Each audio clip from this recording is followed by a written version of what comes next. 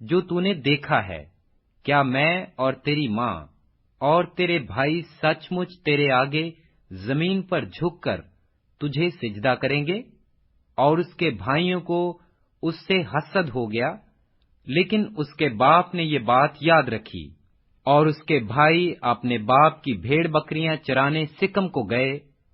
تب اسرائیل نے یوسف سے کہا، تیرے بھائی سکم میں بھیڑ بکریوں کو چرا رہے ہوں گے، سو آ کہ میں تجھے ان کے پاس بھیجوں۔ اس نے اسے کہا، میں تیار ہوں۔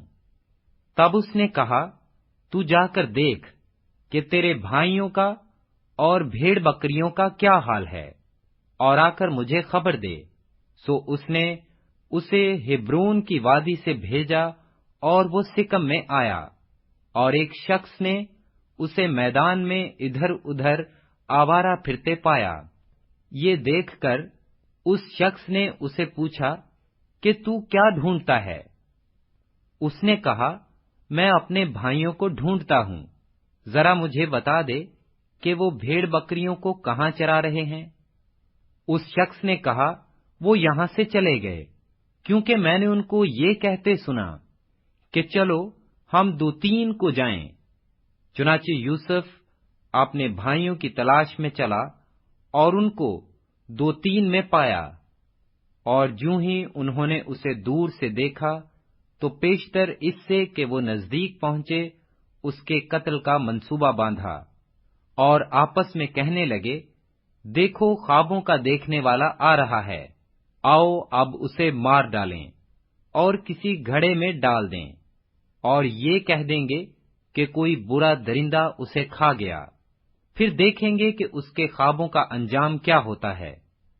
تب روبن نے یہ سن کر اسے ان کے ہاتھوں سے بچایا اور کہا، ہم اس کی جان نہ لیں، اور روبن نے ان سے یہ بھی کہا کہ خون نہ بہاؤ، بلکہ اسے اس گھڑے میں جو بیابان میں ہے ڈال دو، لیکن اس پر ہاتھ نہ اٹھاؤ۔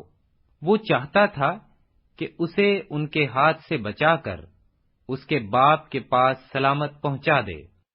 اور یوں ہوا کہ جب یوسف اپنے بھائیوں کے پاس پہنچا تو انہوں نے اس کی بوقلمون قبا کو جو وہ پہنے تھا اتار لیا اور اسے اٹھا کر گھڑے میں ڈال دیا۔ وہ گڑھا سوکھا تھا، اس میں ذرا بھی پانی نہ تھا، اور وہ کھانا کھانے بیٹھے اور آنکھ اٹھائی تو دیکھا کہ اسماعیلیوں کا ایک قافلہ جلاد سے آ رہا ہے، اور گرم مسالہ اور روغن بلسان اور مر اونٹوں پر لادے ہوئے مصر کو لیے جا رہا ہے۔ تب یہودا نے اپنے بھائیوں سے کہا کہ اگر ہم اپنے بھائی کو مار ڈالیں اور اس کا خون چھپائیں تو کیا نفع ہوگا؟ آؤ اسے اسماعیلیوں کے ہاتھ بیچ ڈالیں کہ ہمارا ہاتھ اس پر نہ اٹھے، کیونکہ وہ ہمارا بھائی اور ہمارا خون ہے۔ اس کے بھائیوں نے اس کی بات مان لی۔ پھر وہ مدیانی سوداگر ادھر سے گزرے، تب انہوں نے یوسف کو کھینچ کر گھڑے سے باہر نکالا اور اسے اسماعیلیوں کے ہاتھ 20 روپے کو بیچ ڈالا، اور وہ یوسف کو مصر میں لے گئے۔ جب روبن گھڑے پر لوٹ کر آیا اور دیکھا کہ یوسف اس میں نہیں ہے تو اپنا پیرہن چاک کیا اور اپنے بھائیوں کے پاس الٹا پھرا اور کہنے لگا کہ لڑکا تو وہاں نہیں ہے، اب میں کہاں جاؤں؟ پھر انہوں نے یوسف کو قبا لے کر اور ایک بکرا ذبح کر کے اسے اس خون میں تر کیا، اور انہوں نے اس بوقلمون قبا کو بھجوا دیا۔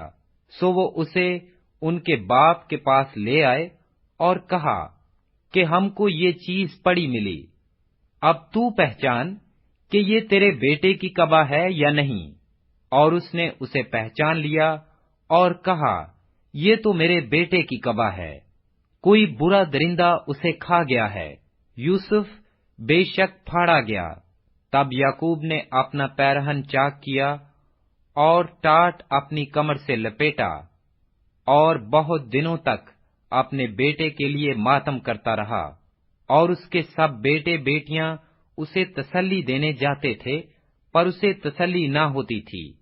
وہ یہی کہتا رہا کہ میں تو ماتم ہی کرتا ہوا قبر میں اپنے بیٹے سے جا ملوں گا۔ سو اس کا باپ اس کے لیے روتا رہا، اور مدیانیوں نے اسے مصر میں پوتیفار کے ہاتھ، جو فرعون کا ایک حاکم اور جلوداروں کا سردار تھا، بیچا۔ پیدائش 38 باب۔ انہی دنوں میں ایسا ہوا کہ یہودا اپنے بھائیوں سے جدا ہو کر ایک ادلامی آدمی کے پاس جس کا نام ہیرا تھا گیا، اور یہودا نے وہاں سوہا نام کسی کینانی کی بیٹی کو دیکھا اور اس سے بیاہ کر کے اس کے پاس گیا۔ وہ حاملہ ہوئی اور اس کے ایک بیٹا ہوا جس کا نام اس نے ایر رکھا، اور وہ پھر حاملہ ہوئی اور ایک بیٹا ہوا اور اس کا نام اونان رکھا۔ پھر اس کے ایک اور بیٹا ہوا اور اس کا نام سیلا رکھا، اور یہودا کذیب میں تھا جب اس عورت کے یہ لڑکا ہوا۔ اور یہودا اپنے پہلوٹے بیٹے ایر کے لیے ایک عورت بیاہ لایا جس کا نام تمر تھا، اور یہودا کا پہلوٹا بیٹا ایر خداوند کی نگاہ میں شریر تھا، سو خداوند نے اسے ہلاک کر دیا۔ تب یہودا نے اونان سے کہا کہ اپنے بھائی کی بیوی کے پاس جا اور دیور کا حق ادا کر، تاکہ تیرے بھائی کے نام سے نسل چلے۔ اور اونان جانتا تھا کہ یہ نسل میری نہ کہلائے گی۔ سو یوں ہوا کہ جب وہ اپنے بھائی کی بیوی کے پاس جاتا تو لوزافہ کو زمین پر گرا دیتا تھا کہ مبادا اس کے بھائی کے نام سے نسل چلے، اور اس کا یہ کام خداوند کی نظر میں بہت برا تھا، اس لیے اس نے اسے بھی ہلاک کیا۔ تب یہودا نے اپنی بہو تمر سے کہا کہ میرے بیٹے سیلا کے بالغ ہونے تک تو اپنے باپ کے گھر بیوہ بیٹھی رہ، کیونکہ اس نے سوچا کہ کہیں یہ بھی اپنے بھائیوں کی طرح ہلاک نہ ہو جائے۔ سو تمر اپنے باپ کے گھر میں جا کر رہنے لگی۔ اور ایک عرصہ کے بعد ایسا ہوا کہ سوا کی بیٹی جو یہودا کی بیوی تھی مر گئی، اور جب یہودا کو اس کا غم بھولا تو وہ اپنے ادلامی دوست ایرا کے ساتھ اپنی بھیڑوں کی پشم کے کترنے والوں کے پاس تمنت کو گیا، اور تمر کو یہ خبر ملی کہ تیرا خسر اپنی بھیڑوں کی پشم کترنے کے لیے تمنت کو جا رہا ہے۔ تب اس نے اپنے رنڈاپے کے کپڑوں کو اتار پھینکا اور برقع اوڑھا اور اپنے کو ڈھانکا، اور انیم کے پھاٹک کے برابر جو تمانت کے راہ پر ہے جا بیٹھی، کیونکہ اس نے دیکھا کہ سیلا بالغ ہو گیا، مگر یہ اس سے بیاہی نہیں گئی۔ یہودا اسے دیکھ کر سمجھا کہ کوئی کسبی ہے، کیونکہ اس نے اپنا منہ ڈھانک رکھا تھا۔ سو وہ راستہ سے اس کی طرف کو پھرا اور اس سے کہنے لگا کہ ذرا مجھے اپنے ساتھ مباشرت کر لینے دے، کیونکہ اسے بالکل نہیں معلوم تھا کہ وہ اس کی بہو ہے۔ اس نے کہا، تو مجھے کیا دے گا تاکہ میرے ساتھ مباشرت کرے؟ اس نے کہا، میں ریوڑ میں سے بکری کا ایک بچہ تجھے بھیج دوں گا۔ اس نے کہا کہ اس کے بھیجنے تک تو میرے پاس کچھ رہن کر دے گا؟ اس نے کہا، تجھے رہن کیا دوں؟ اس نے کہا، اپنی مہر اور اپنا بازو باندھ اور اپنی لاٹھی جو تیرے ہاتھ میں ہے۔ اس نے یہ چیزیں اسے دیں اور اس کے ساتھ مباشرت کی، اور وہ اس سے حاملہ ہو گئی۔ پھر وہ اٹھ کر چلی گئی اور برقع اتار کر رنڈاپے کا جوڑا پہن لیا، اور یہودا نے اپنے ادلامی دوست کے ہاتھ بکری کا بچہ بھیجا تاکہ اس عورت کے پاس سے اپنا رہن واپس منگائے، پر وہ عورت اسے نہ ملی۔ تب اس نے اس جگہ کے لوگوں سے پوچھا کہ وہ کسبی جو اینیم میں راستے کے برابر بیٹھی تھی کہاں ہے؟ انہوں نے کہا، یہاں کوئی کسبی نہ تھی۔ تب اس نے یہودا کے پاس لوٹ کر اسے بتایا کہ وہ مجھے نہیں ملی، اور وہاں کے لوگ بھی کہتے تھے کہ وہاں کوئی کسبی نہیں تھی۔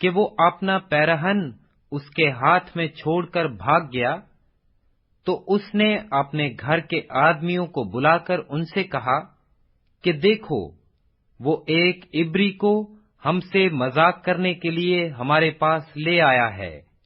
یہ مجھ سے ہم بستر ہونے کو اندر گھس آیا، اور میں بلند آواز سے چلانے لگی۔ جب اس نے دیکھا کہ میں زور زور سے چلا رہی ہوں تو اپنا پیرہن میرے پاس چھوڑ کر بھاگا اور باہر نکل گیا، اور وہ اس کا پیرہن اس کے آقا کے گھر لوٹنے تک اپنے پاس رکھے رہی۔ تب اس نے یہ باتیں اس سے کہیں کہ یہ عبری غلام جو تو لایا ہے میرے پاس اندر گھس آیا کہ مجھ سے مذاق کرے۔ جب میں زور زور سے چلانے لگی تو وہ اپنا پیرہن پوچھا کہ آج تم کیوں ایسے اداس نظر آتے ہو؟ انہوں نے اس سے کہا، ہم نے ایک خواب دیکھا ہے جس کی تعبیر کرنے والا کوئی نہیں۔ یوسف نے ان سے کہا، کیا تعبیر کی قدرت خدا کو نہیں؟ مجھے ذرا وہ خواب بتاؤ۔ تب سردار ساقی نے اپنا خواب یوسف سے بیان کیا۔ اس نے کہا، میں نے خواب میں دیکھا کہ انگور کی بیل میرے سامنے ہے، اور اس بیل میں 3 شاخیں ہیں، اور ایسا دکھائی دیا کہ اس میں کلیاں لگیں اور پھول آئے، اور اس کے سب گچھوں میں پکے پکے انگور لگے، اور فرعون کا پیالہ میرے ہاتھ میں ہے، اور میں نے ان انگوروں کو لے کر فرعون کے پیالہ میں نچوڑا، اور وہ پیالہ میں نے فرعون کے ہاتھ میں دیا۔ یوسف نے اس سے کہا، اس کی تعبیر یہ ہے کہ وہ 3 شاخیں 3 دن ہیں، سو اب سے 3 دن کے اندر فرعون تجھے سرفراز فرمائے گا، اور تجھے پھر تیرے منصب پر بحال کر دے گا، اور پہلے کی طرح جب تو اس کا ساقی تھا پیالہ فرعون کے ہاتھ میں دیا کرے گا، لیکن جب تو خوشحال ہو جائے تو مجھے یاد کرنا، اور ذرا مجھ سے مہربانی سے پیش آنا، اور فرعون سے میرا ذکر کرنا، اور مجھے اس گھر سے چھٹکارا دلوانا، کیونکہ عبرانیوں کے ملک سے مجھے چرا کر لے آئے ہیں، اور یہاں بھی میں نے ایسا کوئی کام نہیں کیا جس کے سبب سے قید خانہ میں ڈالا جاؤں۔